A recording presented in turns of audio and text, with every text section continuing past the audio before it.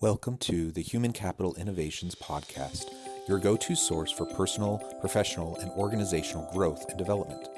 We hope you tune in often for all things people management, organizational development and change, organizational leadership, and social impact related.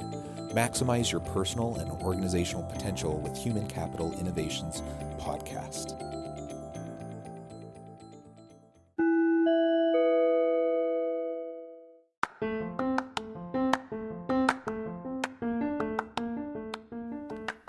Welcome to the Human Capital Innovations Podcast.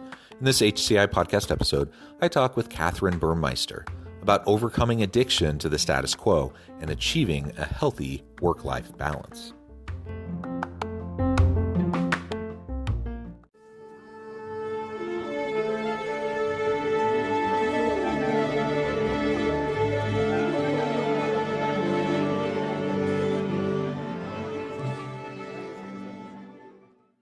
Kathry Burmeister, welcome to the Human Capital Innovations Podcast. Thank you for having me, Jonathan. Yeah, it's a pleasure to be with you today. I'm excited to have a nice conversation about work-life balance, and we're going to be exploring your book, Overcoming Addiction to the Status Quo, and really talk about creating and then, achieving that ever elusive work-life balance kind of concept that we hear about and talk about a lot.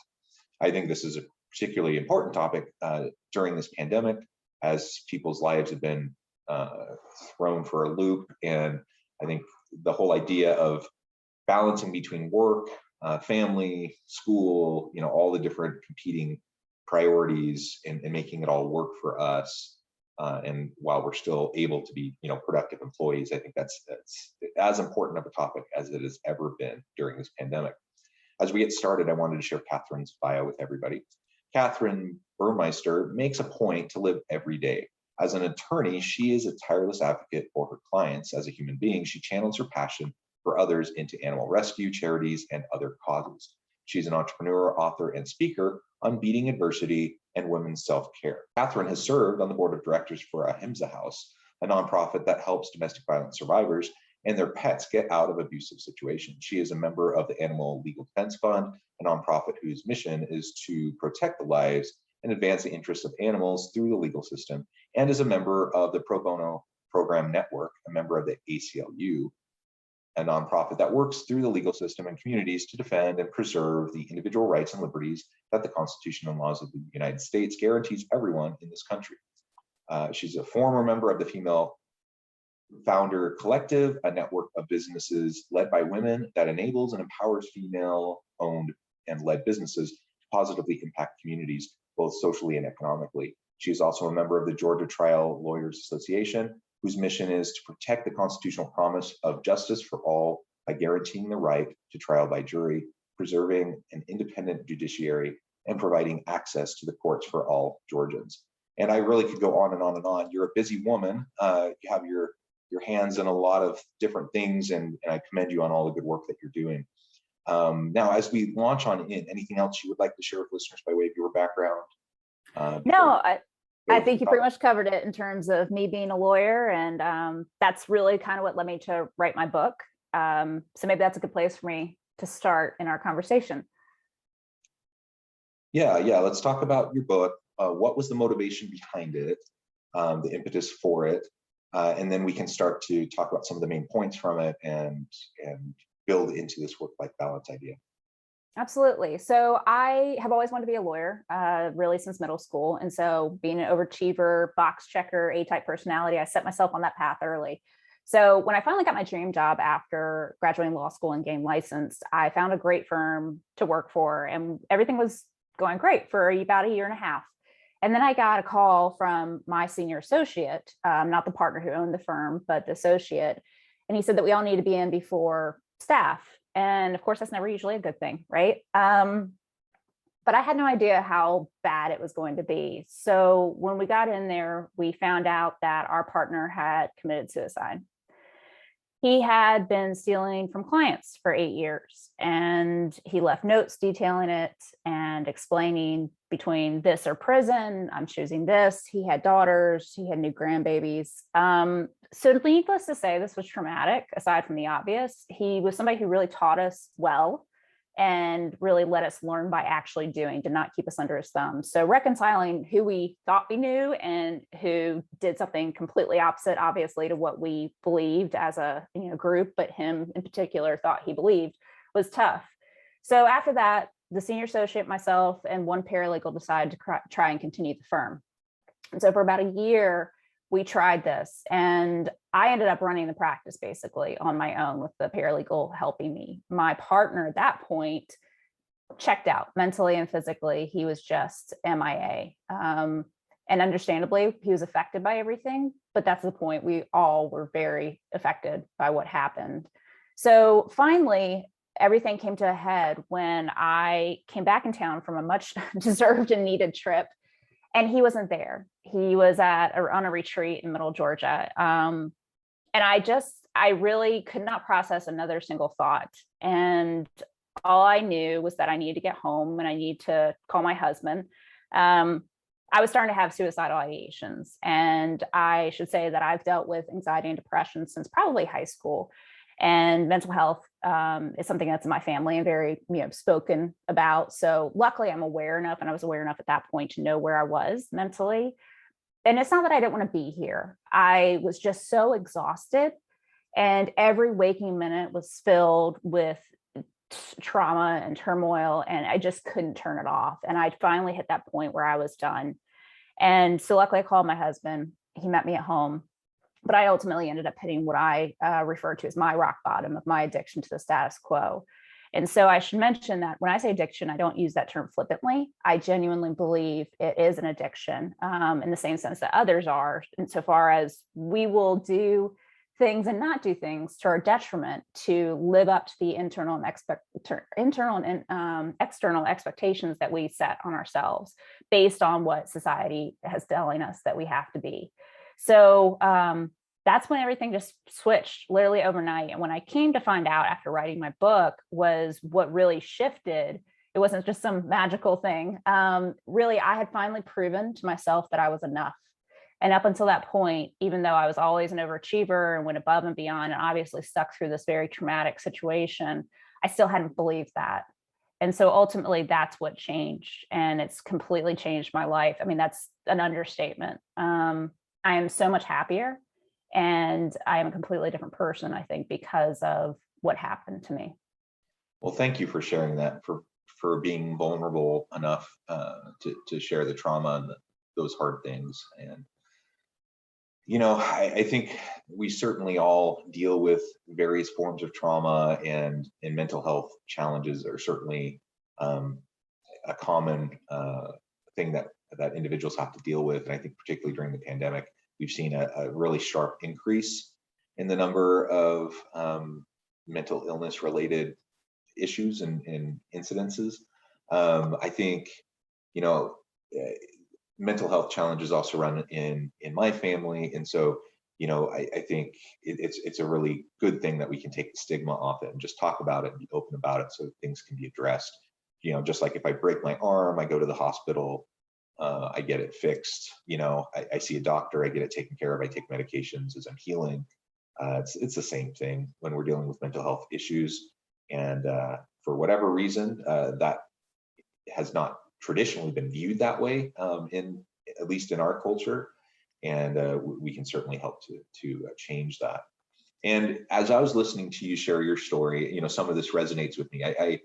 I figure I probably have a lot of that type A personality too. And I certainly have I have kind of just this burning within me to try to please people and to try to achieve and accomplish things and always help people and so forth. In a lot of ways, that's great. I get to impact a lot of things, and I take satisfaction in that, and I get to see, how people's lives are improved and whatever. So that's all great. On the one hand, on the other hand, yeah, I mean, why do I do all of that?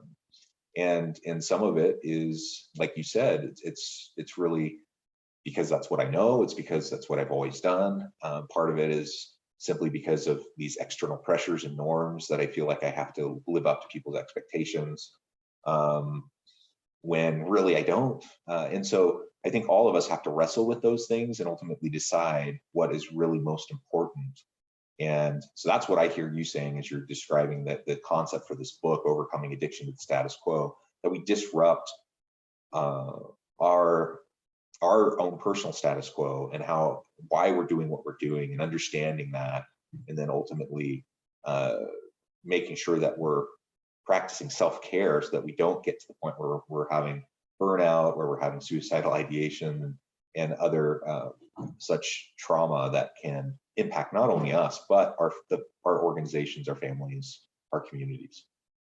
Absolutely. So I think everybody's impacted by the status quo to a certain degree. I obviously am a lawyer by training, but I think it manifests more drastically in certain professions and earlier in certain professions. So doctors, lawyers, corporate executives, nurses, and even elite athletes, those professions where like at a very early age, typically you start setting yourself on that trajectory. Either it's, I know I want to be a lawyer, or like you're an overachiever and start pushing yourself that way. But the reality is everybody is impacted by it, and it's preconceived societal shoulds, right? And you can be a stay-at-home mom and be looking at Pinterest and be like, I'm not making organic gluten-free cupcakes with all the handmade designs, for my kids. I'm a failure at being a mother. That's a societal should, right? And it doesn't mean that that's true at all. You're a human being who is just existing, right? Trying to live life. So everybody's norms are different. And the status quo is different for everybody. But what it really gets to the root of is happiness. And for me, the definition of happiness is living the best version of yourself. Obviously, everybody's different, so that is different for everybody. But if everybody's so focused on what they should be, they never actually tune into what they are. And not only what they are, but what do they want to be? Is what they are, is that make them happy? Then great. 9 times out of 10, that's not the case. So really finding out where you are, where you want to be, and how do you get to that point, and with the goal being living the best version of yourself. Because I think the saddest thing that can happen in life is you get to the end of it and you look back and say, wow, I really wish I'd done things differently. We all have bills to pay. We all have to work to pay those bills, but we can have this balance in life that allows us to encounter challenges and other experiences in a healthy and productive way. Yeah, well said, well said. And ultimately, what that looks like is a little bit different for everyone, right? Absolutely. In terms of that balance, practicing the self-care, and making, everyone's threshold and what they can handle is different. And, it's really dangerous for us to compare ourselves to other people in that regard. And I know that's just a kind of a societal cultural norm that we all tend to do it. I think it's human nature, but we need to learn to get past that and just learn what makes sense for us, what works for us, what doesn't, and then align our daily activities and our self-talk to be consistent with what's going to be healthy for us. And so when we talk about this idea of work-life balance, I know it's kind of a trendy term, and lots of people are talking about it. And certainly there's lots of things organizations can do to make sure that their people are taken care of and that we're not exploiting our workers and those sorts of things. But the reality is it's just different for everyone. What a healthy balance in life looks like for me may be different than what it looks like for you, or even for my spouse, my children, whatever. And I have to be self-aware enough and willing to align myself with my needs. I have to be willing to do that and aware of it in order to be able to do it.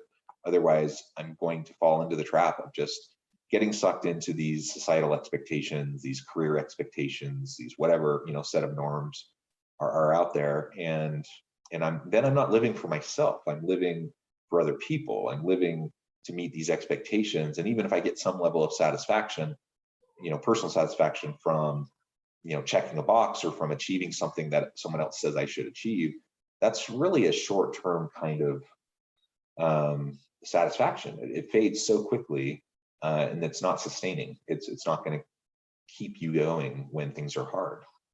No, and that's a very good point to make. It's it does feel good, right? It feels good when we think we're doing things that we should be, because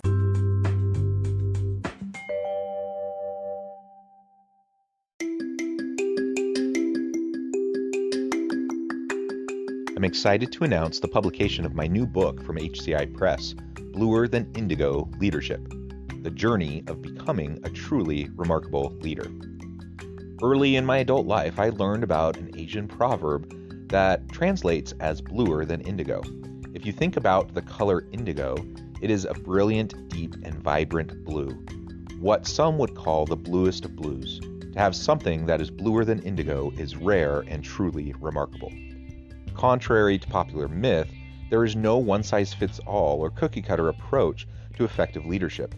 There's no silver bullet, no secret sauce, no go-to model that will solve all of our problems.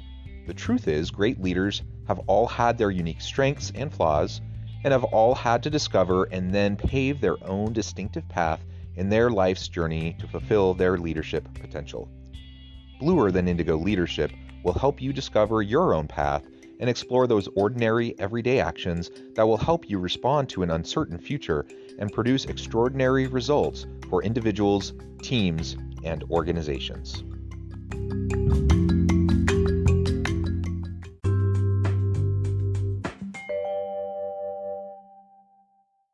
by nature, we're kind of, a group species, right? We want to belong. We want to be a part of something, even if it's not necessarily the best thing for us. We still don't want to go against the grain. And I'm not saying, going against the grain, like dyeing your hair and getting piercings, right? I'm just talking about the basic ideas of saying, I want to be happy in my life. And people say that and say that they're happy, but I don't think they really recognize what happiness is. A lot of people turn to inanimate objects and money to say I'm happy or I'm successful. And the reality is, yes, money makes things easier. There's definitely a threshold that we need to cover in terms of our basic needs. But past that, money in and of itself does not make you happy. It's the experiences that you can have with that money. And I would challenge that. You're right, work-life balance is a very trendy topic. It's not possible to have a balance in terms of, 50-50 or 33-33-33 every single day, right? You're lucky if you can have it on any given week that you have a balance. But what it really means is aligning your life to include the things that give you value and the things that you need to do insofar as, keeping yourself alive, keeping your work going, providing for your family. It's not necessarily that you want to go clean your kid's room, but you've got to help them. And this is part of life. You have to do certain things you don't necessarily want to do, but it doesn't mean giving up who you are because of societal norms or expectations that are being put on you and you put on yourself. I think too often we are our own worst critics, or, just in thinking that we need to be a certain way.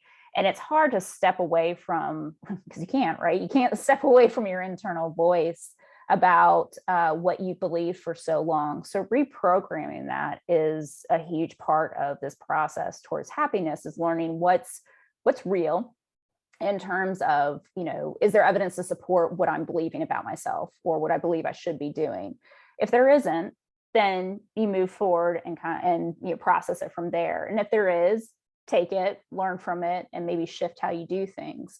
But the first step is challenging those thoughts. And all too often they become so natural for us, we don't know how to challenge them because we don't identify them as being abnormal in any sense of the word. Yeah, absolutely. So as we start to recognize this and we want to disrupt the unhealthy patterns in our life, challenge the status quo, as you say, what do you see as some of those first steps in creating and achieving that healthy work-life balance, whatever that means for you? Yeah, I think literally the first step is recognizing whether you're happy where you are or not. It's the age-old phrase, acknowledging you have a problem before you can start recovering from it. And that's true. If you don't believe you're unhappy, then why would you change anything? So recognizing whether you're truly happy or not. And if you're not, that's okay. That's first step. Then recognizing that you want to change it. You have to be willing to put in the work. It's not something that happens overnight, unfortunately, even though it sounded like in my situation it did. I've been very proactive with my mental health for a number of years before that. And that's my whole point, is it shouldn't take something catastrophic happening before you start shifting and being proactive with your life and your happiness in the long term. So recognizing the work that's going to have to go into it. And then the meaningful step that you can first take, and I do this with my my clients when I coach, is figure out what your values are. And I think of us as like little human startups doing mission, vision, and values. And the reason I do that because you need to know where, first of all, where you are, second of all, where you want to be. But if you've never had to live your life based on those parameters before, because you've just been living up to everybody else's expectations or societal's expectations, you need to have some parameters. And mission, vision, and values give you parameters like they do in companies. You can make decisions within those confines. And if it's outside of what you value or what you're trying to do with your life, it's a lot easier to say yes or no based on those guidelines. So you can't expect somebody to change and not have any guidance on how to do it, especially if they've never done it before, because if they've done it, they wouldn't be where they are. So really challenging yourself, being willing to put in the work, and realizing that you've got to start at ground zero, which is who am I and what do I want to be from here? And I mean, that's a lot, right? That's Yeah. sounds like you're going through a It's a midlife lot. crisis. Yeah. You know, an existential crisis where you're trying to figure out like your identity. And I know that does sound like a lot. Maybe that sounds like a little bit too much, that more than people want to bite off and chew. But that really is kind of what you have to do. I mean, you have to challenge your life assumptions. You have to recognize, you know, what you have to understand and recognize what has worked for you and what hasn't, and then have the courage to step forward into some uncertainty to do more of those things that align with who you are, who you want to be, like truly, not just because of other people telling you that's what you need to be. It is a lot. And I mean, we're talking what in 25, 30-minute conversation. And this is something that I feel fortunate to have learned in such an early part of my life. I wouldn't wish what happened to me on anybody, but in a sense, it's been the biggest blessing that's ever happened. But you don't have, it doesn't matter how old you are, first of all, before you decide to start this process. Second of all, it's ongoing. That's the other part of this is, yes, I've acknowledged this and been able to have this experience in my life and shift my perspective, but it's not like I've checked off another box. I'm a recovering box checker. And it's not like you check it off and you're done. I'm happy. That's not at all how this works. It's an ongoing process, but it's like anything else. The more you do it, the easier it gets. And it's like exercising muscles. The more you do it, the less of a strain you have on your body. So really taking the first step is, I think, the biggest part of it. And it's scary. There's no doubt about it. It's a lot to process. And that's why I've started doing the coaching with lawyers, is because it's a lot to just hear this and go, holy cow, where do I even start with this process? Yeah, she says mission, vision, and values, but where do I go from there? It's a lot to consume. But I would say that the worst thing that could happen is you get to the end of your life and look back and say, I wish I'd done it differently. Nobody's going to say, wow, I wish I worked more, or I wish I was more miserable. Nobody's going to say that. And so to me, the alternative is so much worse than putting the work in now and living what time you have here, whatever that is, in a healthy and enjoyable way. Yeah, well said. And I'm not even sure what facilitated it, but early on in my young adult life, I came to the realization that checking boxes, like as an approach to feeling achievement, like that was not something I wanted to continue. And I think it's something I've worked on, and it's been this tension within me ever since. Like I recognize I don't want to do it, yet it's kind of my natural tendency. And so I have to I really have to make efforts to disrupt that even decades later, as after realizing that's something I didn't want to do anymore. And so this is a long-term kind of a thing that we're talking about as we're trying to find, our balance. The last thing I'll say, and I know we're almost out of time, but we've been focusing on the individual, and the individual being able to figure out what they need, setting boundaries, practicing self-care to find that work-life balance that works for them. We should at least note that organizations and leaders also play a huge role in this. And we don't have time to get into that today. but it really is important if you're leading people that you recognize them as valuable, autonomous individuals with innate value that have lives outside of work. You don't own them. Their well-being is not only important, to them as human beings, but it's important to the organization in terms of just the business case for any organization. The better your people are in terms of their mental health, their physical health, their excitement and commitment to work, all of those types of things lead to better team dynamics, more innovation, more creativity, higher productivity. So, I mean, as organizations and as leaders, we also really need to think long and hard about what we're asking our people to do. Are we honoring boundaries that are reasonable in terms of work-life balance? Are we modeling healthy work-life balance for our people so that we give them permission to practice it themselves? And those types of things we can also contribute tremendously to our people having living meaningful, healthy lives both in and out of work. Yeah, and I would like to touch on that real quickly. So when I started my law practice back in 2018, I wanted to be remote. I just had no need to, one, spend the cost, but two, I love working from home. I don't have kids, so I have the ability to do that. But it was very fortuitous what with the pandemic and everything that came along. So I've been remote since my inception. My paralegals are all out of state. I've had them for coming up on 3 years now.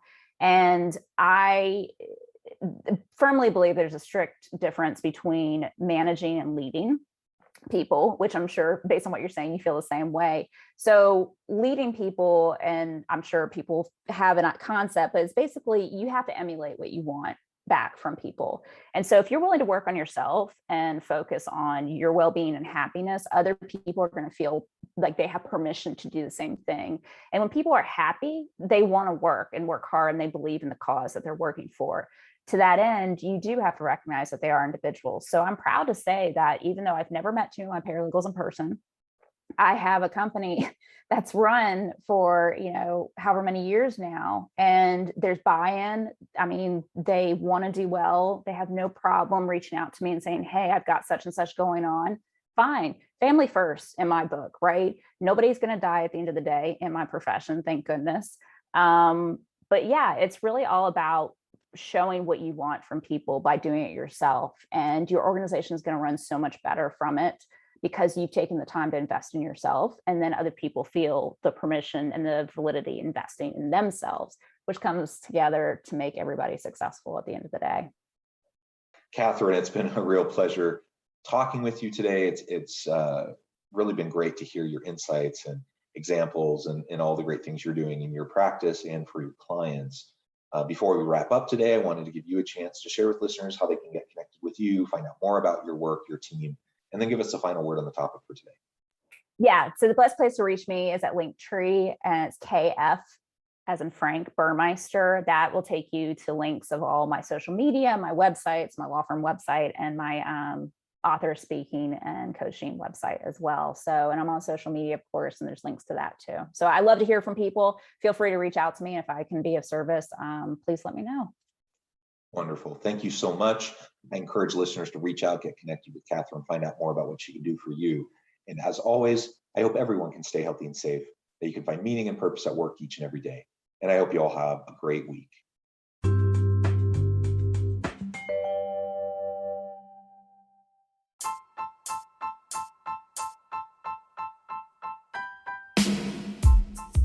The alchemy of truly remarkable leadership.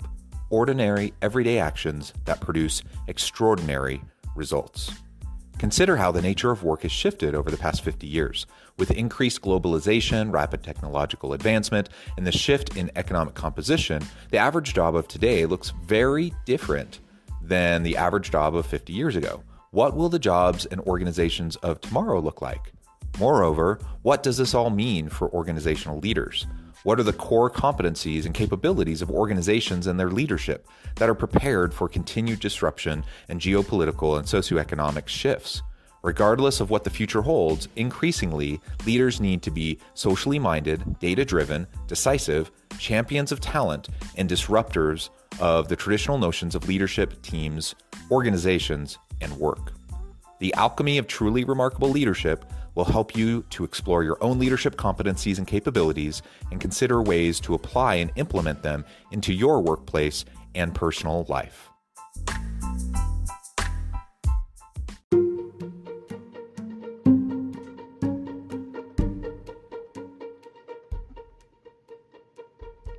Check out Human Capital Innovations magazine, Human Capital Leadership. Human Capital Leadership is a free, interactive e-magazine with the mission to help individuals, leaders, and organizations find innovative approaches to maximize their human capital potential. We publish issues quarterly in August, November, February, and May. Take a look at the latest issue and let us know what you think.